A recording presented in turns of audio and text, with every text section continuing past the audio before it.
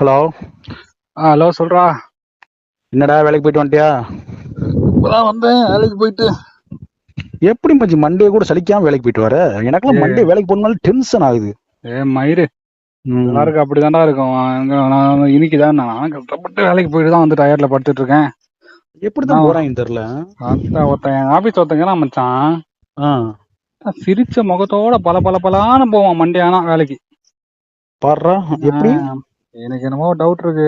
ஆபீஸ்ல ஒரு பொண்ணு இருக்கு, உசார் பண்ணிட்டான்னு நினைக்கிறேன். கள்ளக்காதல் இருக்கு மச்சான் எனக்கு. சீச்சி அப்படிலாம் இருக்காரா?